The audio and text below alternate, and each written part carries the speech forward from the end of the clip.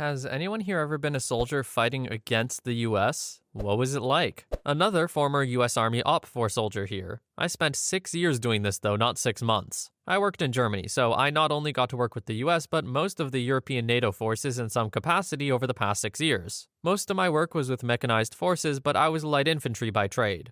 It wasn't that often we got to do light infantry work, but I would do as many recon missions as I could to get out of the tin box that we had to run around in. Now keep in mind, I was there in the mid to late 90s, and things like experience have changed a lot since then, with all the deployments the military has seen over the years. Back then, we would primarily work with units stationed in Europe. They had a huge disadvantage. They were in our backyard. They didn't get field time like we did. We averaged 300 plus days a year in the field, so they were not as skilled as us. Most of the units in Europe didn't have much for training facilities, other than the once or twice a year they would come to work with us. Units in the US, I feel, would put up a little better fight. At times, we would work with special operations units, SOF, Rangers, and such, and as you would expect, there was a night and day difference. They had better equipment, were better motivated, and had larger training budgets. This made them a tougher fight, but I'll leave it at that. A lot of the time, the political side of things would step in. This would happen when other people may be watching, or things would generally happen remotely because we were doing a little too good. I lost count how many times a general would step in and cancel an artillery strike that I called in because it would take out too many of his people. At first, I would get upset, but later I realized that by denying my strike, they would get to continue fighting a little longer and get a bit more training out of it, rather than just having to sit on the sidelines and watch because I took them out right as they crossed the start line. As for other countries that I worked with, while we were in Germany, we didn't fight the Germans very often. We would train with them, and there were a couple units that would come out into the field with us, though. It was just rare that we would actually fight them. While they would come to our training facility, they would bring 2 units and fight each other, typically. Since they had to pay the US to train at our facility to include all our fuel, ammo, and such, they realized they could better spend their money by training 2 of their units at the same time by fighting each other. When Kosovo was going on, we did run a German unit that was deploying through the process, and they were shocked that they got wiped out so quickly. I'm talking we rendered an armored battalion combat ineffective in about 25 seconds from first contact. They then brought in their top armored battalion to fight us, and while they did a little better, they didn't stand much of a chance still. The Brits we would work with once a year usually. It was expensive to bring them to Germany, so it wasn't very often. They were pretty good. I would rate them a little better than the US forces that were stationed in Germany, and likely on par with that of US stationed US forces.